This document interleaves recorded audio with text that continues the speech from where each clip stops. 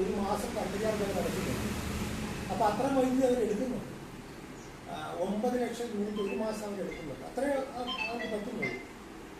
അപ്പോൾ അവർ പകൽ ഉൽപ്പാദിപ്പിച്ച് KSEBിയുടെ ഗ്രിഡിലേക്ക് കൊടുക്കുകയും തിരിച്ചെടുക്കുകയാണ് ചെയ്യുന്നത്. അങ്ങനെ തിരിച്ചെടുക്കുമ്പോൾ രാവിലെ 6 മണി മുതൽ വൈകുന്നേരം 6 മണി വരെ അവർക്ക് KSEBിൽ നിന്ന് എടുക്കേണ്ടി വരുന്നില്ല. അല്ലെങ്കിൽ അപ്പോൾ അവിടെ ഗ്രിഡ് വേണം. KSEB ഉള്ളത് കൊണ്ടാണ് അവർക്കത് ചെയ്യാൻ സാധിക്കുന്നത്. അല്ലെങ്കിൽ അവർക്ക് അത്രയും ബാറ്ററി വെക്കേണ്ടി വരും. അത് ഫിസിക്കലായിട്ട് പറ്റില്ല. വൈകുന്നേരം 6 മണി മുതൽ 10 മണി വരെയുള്ള സ്ലോട്ടിലും ചില മാസങ്ങളിൽ അവർക്ക് എടുക്കാൻ പറ്റുന്നുണ്ട്, ചില മാസങ്ങളിൽ KSEB എടുക്കേണ്ടി വരുന്നുണ്ട്. വൈകുന്നേരം 10 മണി മുതൽ രാവിലെ 6 മണി വരെ പൂർണ്ണമായും KSEB എടുക്കും. കാരണം അവർ ഉൽപ്പാദിപ്പിക്കുന്നത് പോലെ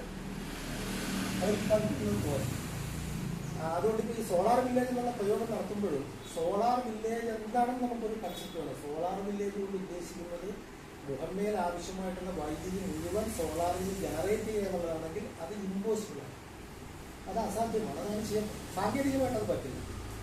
അതുകൊണ്ട് നമ്മളത് മനസ്സിലാക്കണം, എത്ര വരെയാണ് നമുക്ക് പോകാൻ പറ്റുന്നത് എന്നുള്ള കണക്കെടുത്തുകൊണ്ട് വേണം അത് ചെയ്യാനുള്ളത്. അങ്ങനെ കുറേയൊക്കെ നമുക്ക് മുമ്പോട്ട് പോകാനുള്ളൊരു സഹായിക്കുന്ന ഒരു ഘടകമാണ് നേരത്തെ പറഞ്ഞ ബാറ്ററി നമുക്ക് ഉപയോഗിച്ചിട്ടുള്ളത്. അതുകൊണ്ട് അത് നമ്മൾ എടുക്കുന്നത് സോളാർ വില്ലേജിലേക്ക് നമ്മൾ പോകുന്നുണ്ടെങ്കിൽ ഞാൻ നേരത്തെ പറഞ്ഞ ബസ്സും കൂടെ വന്നാൽ നമുക്ക് കുറച്ച് മുന്നോട്ട് പോകാനായിട്ട് സാധിക്കും. മറ്റൊന്ന് എനർജിയായിട്ട് ഉള്ള ഒരു പ്രധാനപ്പെട്ട കാര്യം ബാലകൃഷ്ണ സാറിൻ്റെ വലിയ പ്രചാരകരാണ്. എനർജി എങ്ങനെ എഫിഷ്യൻ്റായിട്ട് ഉപയോഗിക്കുക എന്നുള്ളത്. അതിനകത്തൊന്ന് എനർജി ട്രാൻസിഷൻ നമ്മളെ സഹായിക്കും. ഈ പല ഊർജ്ജ രൂപങ്ങളിൽ നിന്നൊക്കെ നമ്മൾ ഇലക്ട്രിസിറ്റിയിലേക്ക് മാറുന്ന സഹായിക്കും.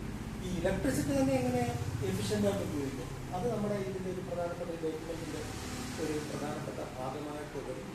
അതുപോലെ തന്നെ കൂടുതൽ ആൾക്കാർ എല്ലാവരും ഉപയോഗിക്കുമ്പോൾ എയർ കണ്ടീഷനൊക്കെ സാധാരണക്കാർ പോലും ഉപയോഗിക്കുന്ന നിലയിലേക്ക് നമുക്കിവിടെ പിന്നെ ഈ എനർജിയുടെ എടുക്കുന്ന 3 കാര്യങ്ങൾ പ്രധാനപ്പെട്ടതാണ്. ഒന്ന് അതിൻ്റെ അഫോർഡബിലിറ്റിയാണ്.